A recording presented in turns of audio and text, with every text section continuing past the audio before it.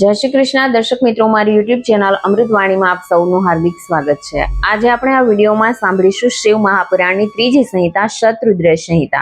તેની અંદર સાંભળીશું ભગવાન શિવના અવતારોનું વર્ણન, શિવની અષ્ટમૂર્તિ, શિવજીનું અર્ધનારીશ્વર રૂપ, શિવજીના અન્ય અવતારોનું વર્ણન, શિવજીનો નંદીશ્વર અવતાર, શિવજીનો ભૈરવ અવતાર, શિવજીનો શલભાવ અવતાર, શિવજીનો બૃહપતિ અવતાર અને શિવજીનો યોગેશ્વર અવતારની કથા સાંભળીશું। જો આપને મારો વિડીયો પસંદ આવે તો ચેનલને લાઇક, શેર અને સબસ્ક્રાઇબ કરો, જેથી નવા આવનારા વિડીયોના નોટિફિકેશન તમને મળતા રહે અને મારા વિડીયો આપ સુધી તુરંત પહોંચી શકે। શતરુદ્ર સંહિતા, ભગવાન શિવના અવતારોનું વર્ણન। સૂતજીને શૌનક ઋષિએ કહ્યું કે હે મહામુનિ, આપે અમને શિવજીના યુદ્ધો અને દૈત્યોનો નાશ ભગવાને કેવી રીતે કર્યો તથા તેમના પાર્વતી સાથે લગ્ન જેવા અત્યંત પવિત્ર એવા ચરિત્રોનું વર્ણન કરી અમને પાવન કર્યા। હવે આપ અમને શિવજીએ જે અવતારો ધારણ કર્યા તેનું વર્ણન કરી સંભળાવો। ત્યારે સૂતજી બોલ્યા કે હે શૌનકજી, આ કથા સાંભળવા માટે સનત કુમારોએ નંદીશ્વરને વિનંતી કરી હતી અને નંદીશ્વરે જે કથા સનત કુમારોને સંભળાવી એ કથા હું તમને સંભળાવું છું, તે તમે ભક્તિભાવપૂર્વક સાંભળો। હે શૌનકજી, શિવજીએ 5 અવતારો ધારણ કર્યા: સધોજાત, વામદેવ, તત્વપુરુષ, અઘોર અને ઈશાન। નંદીશ્વરે કહ્યું કે 19મો કલ્પ જે શ્વેત લોહિત નામે પ્રખ્યાત છે, આ કલ્પમાં શિવજીનો સજોધાત નામનો અવતાર થયો હતો। આ એમનો સર્વપ્રથમ અવતાર કહેવાય। એ જ કલ્પમાં બ્રહ્માજી પરબ્રહ્મનું ધ્યાન ધરી રહ્યા હતા। એ જ સમયે કે શ્વેત અને લોહિત વર્ણવાળો શિખાધારી કુમાર ઉત્પન્ન થયો। એને જોઈને બ્રહ્માજીને જ્ઞાન થયું કે આ જ બ્રહ્મારથી પરમેશ્વર છે। ત્યારે બ્રહ્માજીએ એમની પ્રાર્થના સ્તુતિ કરી। ત્યારે એમને વળી એ પણ જાણ થઈ કે આ સજોધાત પોતે જ શિવ છે। ત્યારે એમને ખૂબ જ હર્ષ થયો અને વારંવાર આ કુમાર સધોજાતનું પરબ્રહ્મનું ચિંતન સ્મરણ કરવા લાગ્યા। એ જ સમયે એમની સામે 4 શ્વેત વર્ણવાળા કુમારો પ્રગટ થયા। એમના નામો આ પ્રમાણે હતા: સુનંદ, નંદન, વિશ્વનંદન અને ઉપનંદન। આ 4 કુમારો બ્રહ્માજીના શિષ્ય થયા।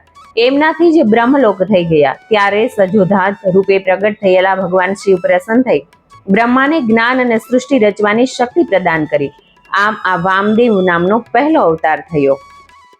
ત્યાર પછી પિતવાસા નામનો 21મો કલ્પ આવ્યો। આ કલ્પમાં બ્રહ્માજી પીળા વસ્ત્રધારી થયા અને પુત્ર કામનાથી તપ કરતા હતા। એ જ સમયે મહાન તેજપૂર્ણ કુમાર ઉત્પન્ન થયો। એની ભુજાઓ વિશાળ હતી અને તેણે પીતાંબર ધારણ કરેલું હતું। આવા કુમારને જોઈને બ્રહ્માજીએ તેને તત્પુરુષ શિવ જ સમજ્યા અને એમણે ધ્યાનસ્થ થઈ મહાદેવી શાંકરી ગાયત્રીનો જપ કર્યો। તત્પુરુષાય ધીમહે મહાદેવાય ધીમહીનો જાપ કરીને એમણે પ્રણામ કર્યા।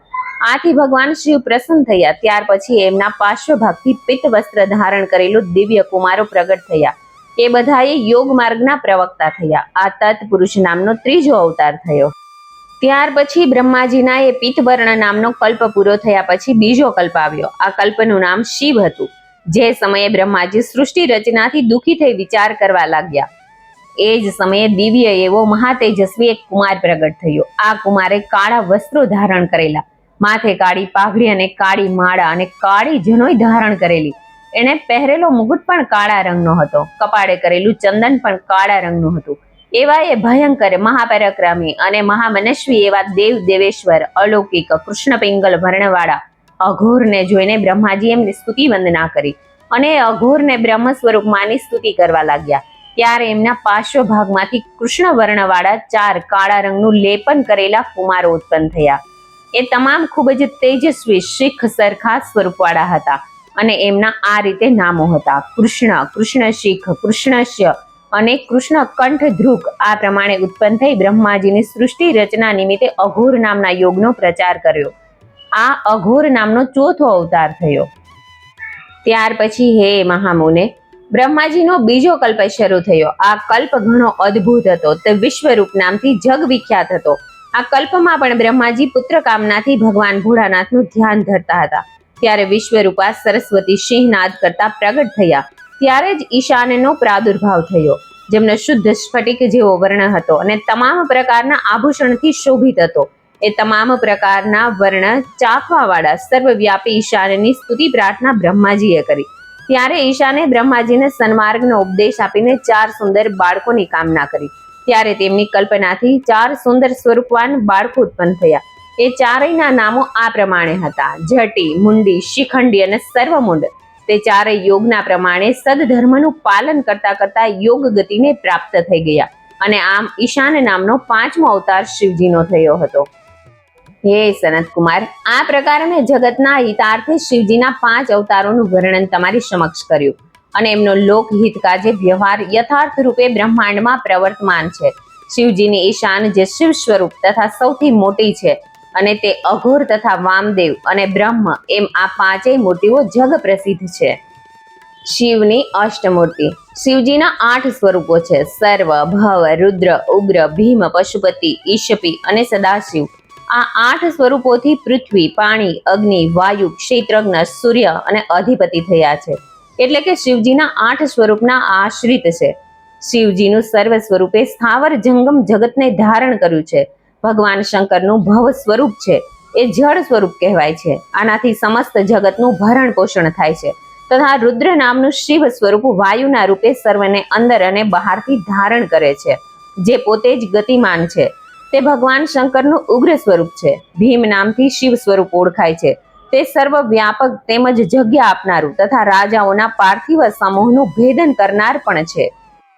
શિવજીનું પશુપતિ રૂપ એ સર્વે આત્માઓનું અધિષ્ઠાન તેમજ આશ્રય સ્થાન કોઈ પણ સર્વ ક્ષેત્રોમાં વસે છે. જીવન સંસાર બંધનને છેદનારું છે તેમજ જગતને પ્રકાશિત કરે છે. તે શિવજીનું ઈશાન સ્વરૂપ સૂર્ય નામે આકાશમાં ફર્યા કરે છે અને જે અમૃતમય કિરણો વાળો ચંદ્ર જગતને પુષ્ટ કરે છે તે શિવજીનું મહાદેવ નામનું સ્વરૂપ છે. અને મહેશ્વરનું આત્મા નામે સર્વશ્રેષ્ઠ રૂપ 8 સ્વરૂપોમાં વ્યાપીને રહેલું હોવાથી સંપૂર્ણ વિશ્વ શિવ રૂપ છે. જેમાં વૃક્ષના મૂળને સિંચન કરવાથી વૃક્ષની ડાળીઓને પોષણ મળે છે, તેમ સમગ્ર વિશ્વ શિવજીનું શરીર હોવાથી શિવ પૂજન કરવાથી પુષ્ટ થાય છે. જ્યારે કોઈ જીવ પ્રાણી દુઃખી થવા લાગે ત્યારે સમજવાનું કે તેણે અષ્ટમૂર્તિ શિવજીનું અનિષ્ટ કર્યું હશે. તેમાં કોઈ શંકાને કારણ નથી. એટલા માટે જે લોકો પોતાનું તથા સમગ્ર સંસારનું ભલું થાય તેમ ઈચ્છતા હોય તેવાઓએ શિવજીના આ અષ્ટ સ્વરૂપનું શ્રદ્ધા ભક્તિથી પૂજન પ્રાર્થના અર્ચના કરવી જોઈએ. શિવજીનું અર્ધનારીશ્વર રૂપ. નંદીશ્વર કહેવા લાગ્યા કે હે જ્ઞાની, હવે બ્રહ્માજીની ઈચ્છાને પૂર્ણ કરવા શિવજીના અર્ધનારીશ્વર સ્વરૂપનું વર્ણન કરું છું, તે સાંભળો. બ્રહ્માજીથી સર્જાયેલી પ્રજામાં વૃદ્ધિ થતી નથી એવું ધ્યાનમાં આવતા બ્રહ્માજી ખૂબ જ ચિંતિત થયા. તેવે સમયે આકાશવાણી થઈ કે હે બ્રહ્મા, તમે એક સ્ત્રી અને પુરુષ ઉત્પન્ન કરી તેમનાથી થતી સૃષ્ટિની રચના કરો અને કામની સહાયતા લઈને પુરુષ અને સ્ત્રી કામવશ વિહાર કરશે એટલે પ્રજામાં આપોઆપ વધારો થવા લાગશે. આકાશવાણી થયા પછી બ્રહ્માએ આકાશવાણીના કહ્યા પ્રમાણે મૈથુની શક્તિ રચવાનો નિર્ણય કર્યો. પરંતુ નારી રૂપની સર્જન શક્તિમાં કોઈ ખામી કે કચાશ રહેતા નારી કુળ ઉત્પન્ન થયું નહીં. આથી બ્રહ્માજીએ શિવજીને પ્રસન્ન કરવા માટે કઠિન તપ કર્યું. બ્રહ્માના તપથી સદાશિવ ખૂબ જ પ્રસન્ન થયા અને બ્રહ્માજીની સામે અર્ધનારી રૂપ લઈને પ્રગટ થયા. બ્રહ્માજીએ શિવજીના આ રૂપની પ્રાર્થના સ્તુતિ કરી. ત્યારે અર્ધનારીશ્વર રૂપે શિવજી બોલ્યા કે હે બ્રહ્મા, હું તમારા સર્વે મનોરથો પૂરા થાય તેવું વરદાન તમને આપું છું. આમ કહીને શિવજીએ પોતાના શરીરના અડધા ભાગે રહેલા નારી રૂપને અલગ કરી દીધા. ત્યારે બ્રહ્માજીએ નારી રૂપની પ્રાર્થના કરી કે હે શિવાદેવી, મેં અનેકવાર સૃષ્ટિ સર્જવાનો પ્રયત્ન કર્યો પરંતુ તે વૃદ્ધિ પામતી નથી. તેથી હું મૈથુની સૃષ્ટિની રચના કરવા ઈચ્છું છું. પરંતુ તે પહેલા આપના થકી નારી શક્તિની ઉત્પત્તિ થાય એવું વરદાન આપો કે તમે જ મારા પુત્ર દક્ષને ત્યાં પુત્રી રૂપે અવતરો. ત્યારે લોક કલ્યાણ અર્થે માગેલા વરદાનથી દેવી પ્રસન્ન થયા અને તથાસ્તુ કહી બ્રહ્માને શક્તિ આપી. ત્યાર પછી પોતાના ભ્રમરોના વચ્ચેના ભાગમાંથી પોતાના જેવી જ રૂપધારી એક શક્તિને પ્રગટ કરી અને શિવજીની અનુમતિથી દક્ષ ઘેર પુત્રી પ્રગટ થયા. આમ બ્રહ્માજી ઉપર પ્રસન્ન થઈ શિવાદેવે એમને શક્તિ પ્રદાન કરી. શિવજીના શરીરમાં પ્રવેશી ગયા. ત્યાર પછી શિવજી અંતર્ધ્યાન થઈ ગયા. ત્યારબાદ આ જગતમાં સ્ત્રીની ઉત્પત્તિ થઈ અને સ્ત્રી પુરુષની મૈથુની ક્રિયાથી સૃષ્ટિનો વિસ્તાર થવા લાગ્યો હતો. શિવજીના અન્ય અવતારોનું વર્ણન. નંદીશ્વરે સનતકુમારને કહ્યું કે હે સનતકુમાર, બ્રહ્માજી દ્વારા પૂછાયેલા સવાલથી રુદ્રે શિવજીના ચરિત્રનું જે વર્ણન કર્યું છે તે હું તમને સંભળાવું છું. મન્વંતર નામના 7મા વરાહ કલ્પમાં ભગવાન શિવ કલ્પના ઈશ્વર તરીકે પ્રગટ થશે અને તે વૈવસ્તવ મનુના પુત્ર હશે. આ મન્વંતરમાં બીજા 4 પુત્રો પણ થશે. જે લોક તથા બ્રાહ્મણોના હિતાર્થે હું દ્વાપર નામના યુગમાં પ્રગટ થઈશ. આ દ્વાપર યુગના આરંભ કાળે હું વ્યાસ રૂપે પોતે પ્રગટ થઈશ અને હિમાલયના છાગલ નામના પર્વત ઉપર કળયુગમાં શિવાદેવી મહામુનિ શ્વેતના નામથી પ્રગટ થઈશ.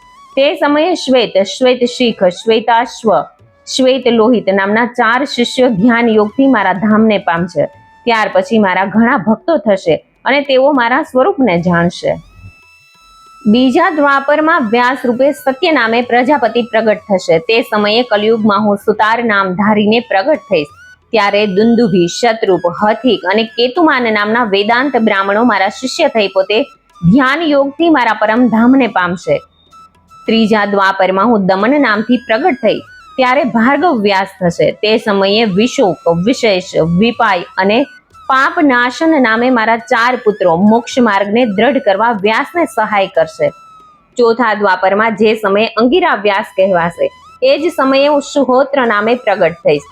તે સમયે મારા પુત્રો યોગ સાધક હશે. હે બ્રાહ્મણ, એમના નામ આ પ્રમાણે હશે: સુમુખ, દુર્મુખ, દુર્દમ અને દુરતિક્રમ. ત્યારે પણ હું વ્યાસની મદદમાં રહીશ. પાંચમા દ્વાપરમાં સવિતા વ્યાસ નામે પ્રખ્યાત થશે. ત્યારે હું કંક નામનો મહાતપસ્વી યોગી થઈશ. હે બ્રાહ્મણ, ત્યારે પણ મારા યોગ સાધક 4 પુત્રો હશે અને તેમના આ પ્રમાણે નામો હશે: સનક, સનાતન, સનંદન અને નિર્મલ. ત્યારે પણ હું સવિતા નામના વ્યાસનો મદદગાર હોઈશ. છઠ્ઠા દ્વાપરમાં મૃત્યુ લોકકારક વ્યાસ હશે અને તેઓ વેદોનું વિભાજન કરશે. ત્યારે હું વ્યાસની સહાય કરવા લોકાક્ષી નામે પ્રગટ થઈશ.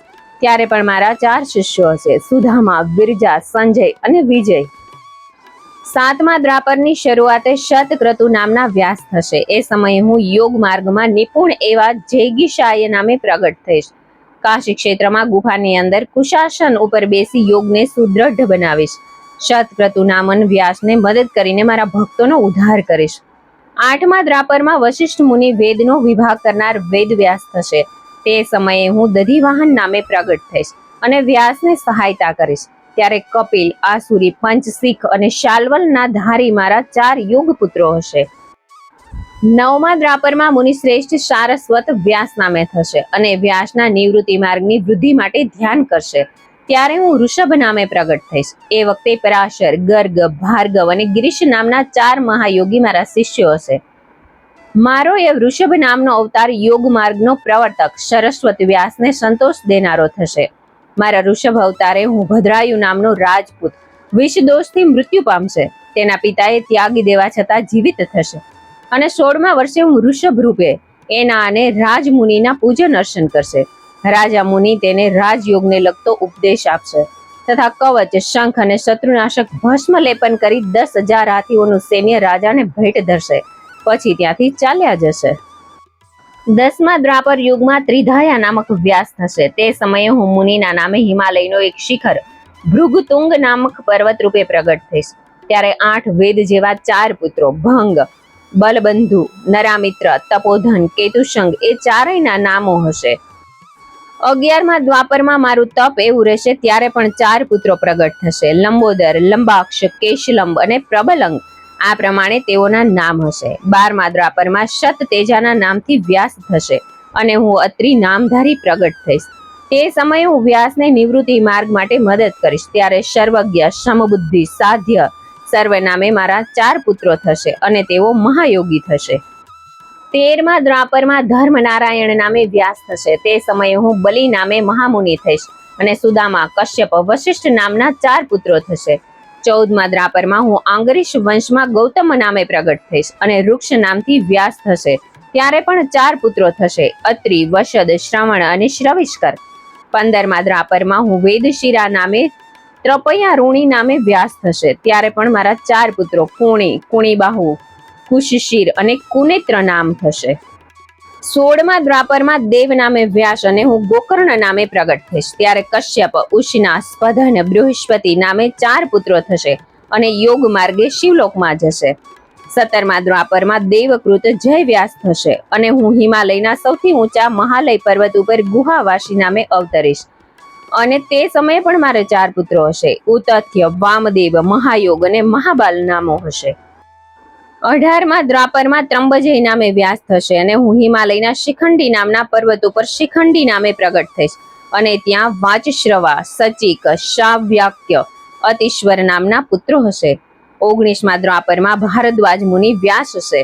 ત્યારે હું હિમાલયના શિખર ઉપર માલી નામે પ્રગટીશ ત્યારે મારા માથા ઉપર લાંબી લાંબી જટાઓ હશે. ત્યારે પણ હિરણ્યાના માપ, કૌશલ્ય, કોલક્ષી અને પ્રધિમી નામે 4 પુત્રો હશે. 20મા દ્વાપરમાં ગૌતમ વ્યાસ હશે અને હું અટગશ નામથી પ્રગટ થઈશ. ત્યારે સુમંત, વરવરી, વિદ્વાન કલંધ અને કુણિકંધર નામે પુત્રો હશે. 19મા દ્વાપરમાં વાચશ્રવ નામના વ્યાસ હશે. ત્યારે હું દારૂક નામથી પ્રગટ થઈશ. ત્યારે વન દારૂક વનથી પ્રસિદ્ધ થશે. ત્યારે પણ પ્લક્ષ, દાર્ભાયણી, કેતુ નામ અને ગૌતમ નામના પુત્રો હશે. 22મા દ્વાપરમાં સુષ્માયણ નામના વ્યાસ હશે. વારાણસીમાં લાંગલી ભીમ નામે મહામુનિના રૂપે પ્રગટ થઈશ.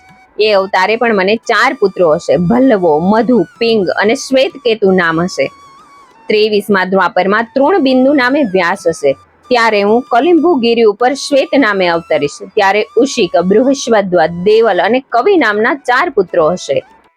24મા દ્વાપરમાં યક્ષ નામના વ્યાસ હશે. ત્યારે હું નૈમિષારણ્યમાં શુલિ નામે મહાયોગી થઈશ.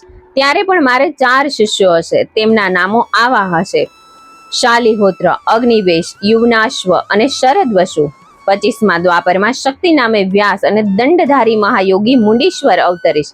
ત્યારે પણ શગલ, કુંડકર્ણ, કુમાંડ, પ્રવાહક નામે મારા શિષ્યો હશે. 26મા દ્વાપરમાં પરાશર વ્યાસ હશે અને ભદ્રવર નામના નગરમાં સંષ્ણુ નામે અવતરીશ. ત્યારે પણ ઉલ્લુક, વિદ્યુત, શંભુક, અશ્વલાયન નામધારી તપસ્વી શિષ્ય હશે. 27મા દ્વાપરમાં જાતકર્ણ નામે વ્યાસ હશે. ત્યારે પ્રભાસ તીર્થમાં સોમ શર્મા નામથી પ્રગટ થઈશ. અયાદક્ષ, કુમાર, ઉલુક અને વત્સ નામના ત્યાં પણ મારા શિષ્યો હશે. 28મા દ્વાપરમાં જે સમયે શ્રી હરિ પરાશરના પુત્ર રૂપે દેવાયન નામથી વ્યાસ હશે, તે સમયે શ્રી કૃષ્ણ પોતાના અંશમાંથી વસુદેવના શ્રેષ્ઠ પુત્ર રૂપે ઉત્પન્ન થઈશ. વસુદેવ કહેવાશે ત્યારે હું પણ બ્રહ્મચારીનું શરીર ધારણ કરીને પ્રગટ થઈશ. ત્યાં પણ મારું નામ લકુલી હશે. ત્યારે પણ મારા 4 શિષ્યો હશે: કુશિગ, ગર્ગ, મિત્ર અને પૌરાશ્ય. હે ઉત્તમોત્તમ વ્રતોનું પાલન કરનારા મુનિઓ, આ રીતે પરમાત્મા શિવે વેવસ્તવ મન્વંતરના બધા યુગોમાં થયેલા શિવજીના અવતારોનું સમ્યક રૂપે વર્ણન કર્યું હતું. આમ દરેક દ્વાપરમાં યોગેશ્વર પ્રગટ થાય છે ત્યારે તેમના 4 શિષ્યો શિવ ભક્તો થશે. આ ભક્તો ત્રિપુંડધારી, આભૂષણો ધારણ કરનારા, પશુપતિ વ્રત કરનારા હશે. એમની સંખ્યા 112 જેવી હશે. આ કલ્પમાં શ્રી કૃષ્ણ દેવાયન વ્યાસ થશે ત્યારે બ્રહ્મપુરી લક્ષણો યુક્ત વેદ સમૂહોનું વિદ્યાન પ્રગટ થશે.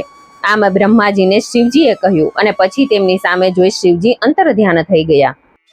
શિવજીનો નંદીશ્વર અવતાર. એકવાર સનત કુમારે કહ્યું કે પ્રભુ, મહાદેવના અંશથી પ્રગટ થયેલા આપ શિવજીને કેવી રીતે પામ્યા છો તે મને વિગતવાર કહી સંભળાવો. નંદીશ્વર કહેવા લાગ્યા કે હે સનત કુમાર, હું શિવજીના અંશમાંથી જન્મેલો છું. શિલાદ ઋષિને પ્રજાની ઈચ્છા થઈ ત્યારે તેમણે અતિ કઠોર વ્રત કરી ઇન્દ્રને પ્રસન્ન કર્યા. જ્યારે શિલાદ ઋષિએ પોતે ઈચ્છિત પુત્ર પ્રાપ્તિ માટે ઇન્દ્ર પાસે વરદાન માંગ્યું, તે સમયે ઇન્દ્રએ એવું વરદાન આપવાની પોતાની ક્ષમતા નથી, પરંતુ તમે મહાદેવની ઉપાસના કરો, તમારો ઈચ્છિત પુત્ર તમને મહાદેવ આપશે. ત્યારે ઇન્દ્રનું આવું કહેવાથી ઋષિએ મહાદેવને પ્રસન્ન કરવા તપ કર્યું. તપથી મહાદેવ ઋષિ પાસે આવ્યા અને સમાધિ કથ શિલાદને જગાડ્યા. શિલાદ, હું તારા તપથી પ્રસન્ન થયો છું, માંગો, જે માંગો તે આપીશ. ત્યારે શિલાદ કહે કે પ્રભુ, મારે એવા પુત્રની કામના છે જે મૃત્યુહીન હોય, અયોનિજ પુત્ર ઈચ્છું છું. ત્યારે શિવજી કહે કે શિલાદ, હું જગત પિતા છું, પરંતુ તમારે ત્યાં પુત્ર થઈ અવતરીશ ત્યારે મારું નામ નંદી હશે. શિવજી પાસેથી વરદાન મેળવી શિલાદ ઋષિ પોતાના આશ્રમે આવ્યા અને સૌને વરદાનથી અવગત કરાવ્યા. ત્યાર પછી મારા પિતા યજ્ઞ ક્ષેત્રને ખેડીને તૈયાર કરી રહ્યા હતા. એવે સમયે જ શિવજીની યાજ્ઞાથી યજ્ઞ પહેલા જ એમના અંગમાંથી ઉત્પન્ન થયો.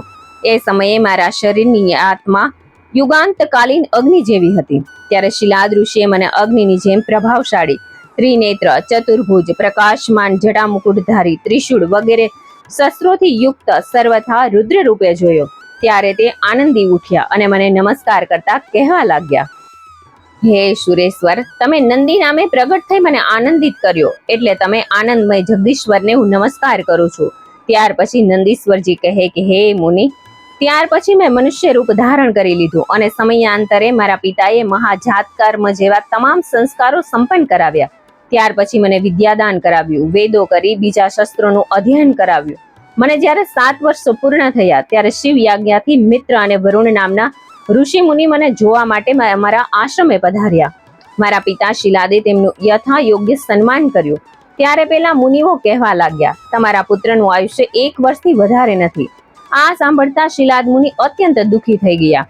પિતાને ચિંતિત જોઈ નંદીશ્વરે પિતાને ચિંતામુક્ત થવાનું કહીને બોલ્યા કે શિવજીની આરાધનાથી હું મૃત્યુને જીતી લઈશ, અને તપ કરવા ચાલ્યા ગયા. વનમાં આવી એક શાંત એકાંત સ્થળે આસન લગાવી રુદ્ર મંત્રનો જાપ કરવાનો શરૂ કર્યો. મંત્ર જાપથી શિવજી પ્રસન્ન થયા. ત્યારે પોતાના અલ્પ આયુની વાત શિવજીને કરી. ત્યારે મહાદેવ બોલ્યા કે તને ક્યારેય વૃદ્ધાવસ્થા આવશે નહીં, તદુપરાંત તારું મૃત્યુ થશે નહીં, અને તું મારો ગણનાયક થશે. આટલું કહીને ભગવાન શિવે પોતાના ગળામાંથી મસ્તક માળા મારા ગળામાં પહેરાવી દીધી. ત્યારે હું સદાશિવની જેમ જ ત્રિનેત્રી અને 10 ભુજાઓ વાળો થયો. ત્યાર પછી પોતાની જટામાંથી પવિત્ર જળની અંજલિ ભરી મારા ઉપર નાખતા બોલ્યા કે તું નંદી થઈ જા. આમ કહીને અંજલિમાંનું જળ મારા ઉપર છાંટ્યું. ત્યારે જળમાંથી 5 નદીઓ ઉત્પન્ન થઈ અને વહેવા લાગી. ત્યારબાદ શિવજીએ પોતાના તમામ ગણોને ત્યાં બોલાવ્યા અને સૌની દેખતા મારો અભિષેક કર્યો અને સૌને કહ્યું કે હે ગણો, આ નંદીશ્વર આજથી મારો પુત્ર કહેવાશે. તેને મારો પ્રિય ગણનાયક તથા દેવોના દેવ બનાવો. આજથી આ નંદીશ્વર તમારો પૂજ્ય થાવો. શિવજીનું કહેવું સાંભળી આવેલા તમામ ગણનાયકોએ તથાસ્તુ કહી મારો અભિષેક કર્યો. ત્યાર પછી સ્વર્ગના બધા દેવો ત્યાં આવ્યા અને મારો અભિષેક કરીને સ્તુતિ કરી. ત્યાર પછી વાયુઓની પુત્રી સુયશા દેવી સાથે મારો વિવાહ કરી આપ્યો અને ભેટ સોગાદો આપી મને નવાજ્યો. શિવ પાર્વતીએ અમને પતિ પત્નીને ઘણા વરદાનો આપ્યા અને મને તથા મારી પત્નીને લઈ પોતે પોઠિયા ઉપર સવાર થઈને શિવલોક પધાર્યા હતા. શિવજીનો ભૈરવ અવતાર. એક સમયે સ્વર્ગના દેવો બ્રહ્માજી પાસે પરસોત્તમ તત્વ જાણવાની જિજ્ઞાસાથી ગયા. બ્રહ્માજી દેવોની ભાવના સમજ્યા સિવાય પોતાને જ સાચા પરમ તત્વ ગણાવા લાગ્યા. બ્રહ્માજીનું કહેવું સાંભળી ભગવાન વિષ્ણુએ કહ્યું કે બ્રહ્મા, તમે આવું જૂઠાણું કેમ ચલાવી રહ્યા છો? કારણ કે સર્વે લોકના કર્તા તથા પરમ પુરુષ પરમાત્મા તો હું પોતે જ છું. તમે મારી જ આજ્ઞાથી આ સૃષ્ટિની રચના કરી છે. આમાં બ્રહ્મા અને વિષ્ણુ વચ્ચે વિવાદ થયો અને આ માટેનું પ્રમાણ મેળવવા વેદોએ પૂછ્યું. તો વેદો કહેવા લાગ્યા કે જેમના પ્રકાશથી આ જગત પ્રકાશિત છે તે એવા ત્રિનેત્રધારી ભગવાન સદાશિવ જ સર્વોત્તમ અને પરમ તત્વ છે, અને શિવાદેવી તેમની શક્તિ છે. વેદોના આવા વચનોથી બંનેનું અજ્ઞાન અને અભિમાનનો નાશ થયો. એ જ સમયે એક મહાજ્યોતિ તે બંનેની વચ્ચે પ્રગટ થઈ અને એક અદ્ભુત શિવાકાર દેખાયો. બ્રહ્માજી આ જોઈને અભિમાનથી બોલ્યા કે તમે મારા લલાટમાંથી રુદ્ર રૂપે પ્રગટ થયા અને એટલે જ તમારું નામ રુદ્ર એવું પડ્યું. એટલે તમે મારે શરણે આવો. બ્રહ્માની આવી ગર્વિષ્ઠ વાણી સાંભળી ભગવાન શિવ ક્રોધિત થઈ ઉઠ્યા અને એમણે એક ભયાનક ભૈરવ નામનો મહાબળવાન પુરુષ ઉત્પન્ન કર્યો અને કહેવા લાગ્યા, તમે કાળની જેમ શોભાયમાન છો, એટલે તમારું નામ કાળરાજ પ્રસિદ્ધ થશે અને દેખાવે ભયંકર છો, તેથી તમે ભૈરવ કહેવાશો. એટલે તમે કાળ ભૈરવ નામથી પ્રખ્યાત થઈને ઓળખાશો. મારી આજ્ઞા છે કે તમે સૌ પ્રથમ બ્રહ્માને શિક્ષા કરો.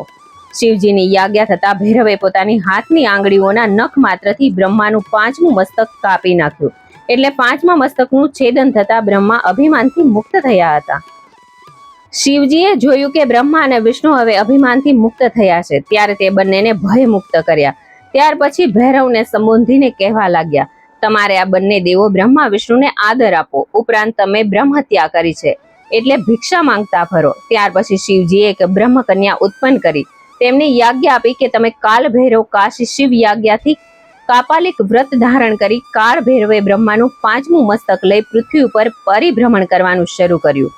જેવો કાળ ભૈરવે કાશી પ્રવેશ કર્યો કે તરત જ બ્રહ્મ કન્યા નામની શિવે ઉત્પન્ન કરેલી કન્યા પાતાળ લોક ચાલી ગઈ હતી. શિવજીનો શલભાવ અવતાર. જય અને વિજય નામના 2 પાર્ષદો શાપવશ દિતિના પુત્રો થયા. હિરણ્યાક્ષ અને હિરણ્યકશિપુ અગાઉ પૃથ્વીનો ઉદ્ધાર કરવા ભગવાન વિષ્ણુએ વારાહ રૂપ લઈ હિરણ્યાક્ષનો વધ કર્યો હતો. એટલે એના વધનો બદલો લેવા હિરણ્યકશિપુએ બ્રહ્માજીને પ્રસન્ન કરવા કઠિન તપ કર્યું હતું.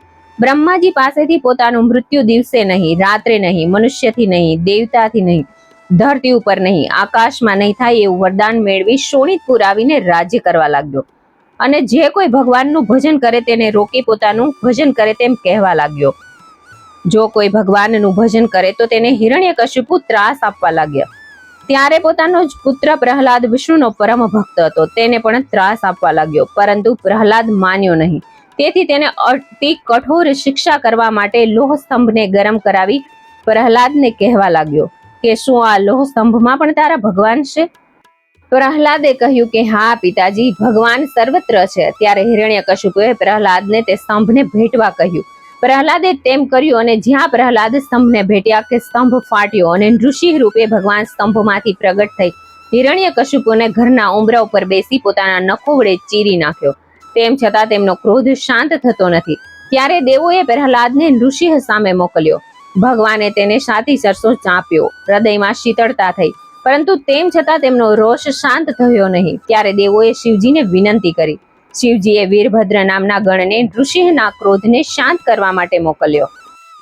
વીરભદ્રએ ભગવાનને શાંત કરવા માટે સમજાવવા લાગ્યો કે પ્રભુ, આપ તો ધર્મનો ધ્વંસ થતો અટકાવવા, ધરતીનો ભાર હળવો કરવા, દેવો મનુષ્યનો ઉદ્ધાર કરવા તથા તમારા પ્રિય ભક્ત પ્રહલાદનો ઉદ્ધાર કરવા માટે પ્રગટ થયા છો.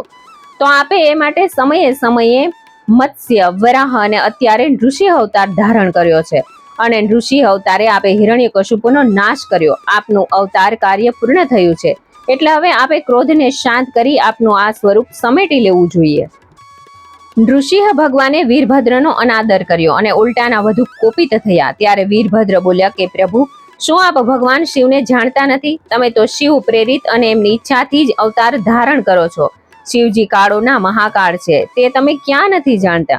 માટે કરીને જો તમે તમારા ક્રોધને શાંત કરી આ સ્વરૂપને સમેટી નહીં લો તો શિવજીના ક્રોધનું ભોગ બનવું પડશે.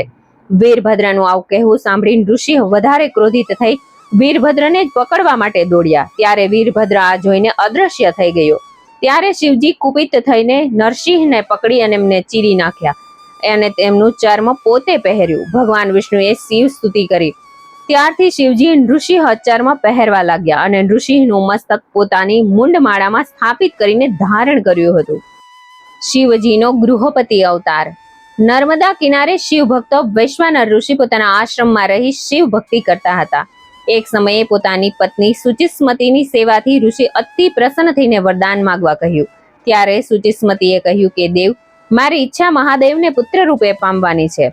ત્યારે પોતાની પત્નીની ઈચ્છા પૂર્તિ કરવા માટે વૈશ્વાનરે કાશી ક્ષેત્રમાં આવ્યા અને ત્યાં વ્રેશ્વર લિંગની વિધિ વિધાનથી પૂજા કરી. એટલે શિવજી વૈશ્વાનરની ભક્તિથી પ્રસન્ન થઈ મુનિને બાળ સ્વરૂપે દર્શન આપ્યા. ત્યારે વૈશ્વાનરની વિનંતીથી શિવજીએ તેને આશ્વાસન આપતા કહ્યું કે જાઓ, તમારે ત્યાં હું પુત્ર તરીકે આવીશ. શિવ વરદાન મેળવી મુનિ પ્રસન્ન થતા પોતાના આશ્રમે આવી પત્ની સુચિસ્મતીને સર્વ વૃત્તાંત કહી સંભળાવ્યો. શિવ પ્રેરણાથી થોડા સમય પછી સુચિસ્મતી ગર્ભવતી થઈ અને સમય થતા એક સુંદર પુત્રને જન્મ આપ્યો. તેનું જાત કર્મ કરી મુનિએ તેનું નામ ગૃહપતિ એવું રાખ્યું. આ ગૃહપતિ જ્ઞાન અને ભક્તિથી એટલો બધો તેજસ્વી બન્યો કે તેનું નામ અને કીર્તિ સમગ્ર લોકમાં ફેલાઈ ગઈ. એકવાર નારદજી વૈશ્વાનરના આશ્રમે આવી ચડ્યા અને ગૃહપતિનું ભવિષ્ય ઉજ્જવળ છે, કીર્તિવંત છે એવી જાણ કરી. પરંતુ આ બાળકને અગ્નિ અને વીજળીનો ભય રહેશે એવું કહ્યું. ત્યારે પતિ પત્નીની ચિંતા વધી ગઈ હતી. ત્યારે ગૃહપતિએ પોતાના જ્ઞાનનો પરિચય આપતા માતા પિતાને કહ્યું કે પિતાજી, માતાજી, આપ ચિંતા ન કરો. એમ કહી ગૃહપતિએ માતા પિતાને શિવજીના મહિમાનું વર્ણન કહી સંભળાવ્યું. ત્યારે માતા પિતાની ચિંતા વધી ગઈ. પછી ગૃહપતિ કાશી ક્ષેત્રે આવી વ્રેશ્વરલિંગની પૂજા વિધિ કરી. આથી ઇન્દ્રે પ્રસન્ન થઈ વરદાન માંગવા કહ્યું. ત્યારે ગૃહપતિ કહે કે હે દેવ, ભગવાન શિવજી સિવાય મને કોઈનાથી વરદાન ન જોઈએ. ગૃહપતિનું કહેવું સાંભળતા જ ભગવાન શિવ ત્યાં પ્રગટ થયા અને કહેવા લાગ્યા કે હે વત્સ, તારી કસોટી કરવા જ હું ઇન્દ્ર રૂપે તારી સામે આવ્યો હતો. ગૃહપતિ શિવ દર્શનથી અતિ પ્રસન્ન થયો. ત્યારે શિવજીએ ગૃહપતિને અમરત્વનું વરદાન આપીને ચારે દિશાઓનો અધિપતિ સ્થાપ્યો હતો. શિવજીનો યોગેશ્વર અવતાર. જ્યારે દેવતાઓએ અને રાક્ષસોએ સમુદ્ર મંથન કર્યું તે સમયે વિષ નીકળ્યું. ત્યારે દેવો ચિંતા કરવા લાગ્યા. તે સમયે સૌએ શિવજીને વિનંતી કરી, પૂજન અર્ચન કર્યું. શિવ પ્રસન્ન થયા. દેવોએ પોતાની ચિંતાનું કારણ બતાવ્યું. ત્યારે શિવજી કહે કે ચિંતા ન કરો, લાવો એ વિષ મારી પાસે. અને પછી તેઓએ વિષ પી ગયા અને ગળામાં સમાવી લીધું. આનાથી એમનું ગળું લીલું થઈ ગયું. ત્યારથી શિવજી નીલકંઠ કહેવાયા. વળી પાછું સમુદ્ર મંથન ચાલ્યું તો વિવિધ વસ્તુઓ નીકળવા લાગી. છેલ્લે અમૃત નીકળ્યું તો આ અમૃતને પીવા માટે દેવો અને રાક્ષસો વચ્ચે વિવાદ થયો. ત્યારે વિષ્ણુ ભગવાને લીલા કરી અને પોતે નારી રૂપે અમૃતનું પાન દેવતાઓને કરાવવાથી દેવતાઓને અભિમાન થઈ આવ્યું અને પોતાના બળની પોતે જ પ્રશંસા કરતા પોતે જ હવે કોઈથી જીતી શકાય તેમ નથી. ત્યારે દેવોના ઘમંડને તોડવા શિવજી યક્ષનું રૂપ લીધું અને દેવો પાસે આવ્યા. બંને વચ્ચે વાદ વિવાદ થયો. પેલા દેવો યક્ષની સામે અભિમાનમાં આવી પોતાના બળના વખાણ કરવા લાગ્યા. ત્યારે યક્ષ રૂપે શિવજીએ એક તણખલું ઉપાડી દેવા સામે મૂક્યું અને કહેવા લાગ્યા કે તમે આ તણખલાને ઉઠાવી લો. દેવતાઓને મન આ તો રમત થઈ. તેઓ હસવા લાગ્યા અને તણખલું ઉઠાવવા ગયા, પણ ઉપાડવાનું એક તરફ, તણખલાને હલાવી પણ શક્યા નહીં. ત્યારે તેમને ખૂબ જ આશ્ચર્ય થયું. એવે સમયે આકાશવાણી થઈ કે હે દેવતાઓ, તમારા અભિમાની ઘમંડીઓનો ઘમંડ નાશ કરવા યક્ષરૂપી સદાશિવ પોતે જ છે અને તેઓના બળ અને મદદથી જ તમારી દૈત્ય સેનાની યુદ્ધમાં જીત થઈ છે. આકાશવાણી સાંભળતા જ દેવો ચેતી ગયા અને શિવ ક્રોધ વેઠવો ના પડે એટલે શિવજીની સ્તુતિ પ્રાર્થના કરવા લાગ્યા, ક્ષમા માંગવા લાગ્યા. સ્તુતિ પ્રાર્થનાથી શિવજી પ્રસન્ન થયા અને દેવોને બોધ વચન સંભળાવી શિવલોક પધાર્યા હતા. શતરુદ્ર સંહિતા અધૂરી હોવાથી શિવજીના બીજા અવતારોની કથા આપણે આગળના વિડીયો ભાગ 2 માં સાંભળીશું. મને સાંભળવા માટે ધન્યવાદ. હર હર મહાદેવ હર.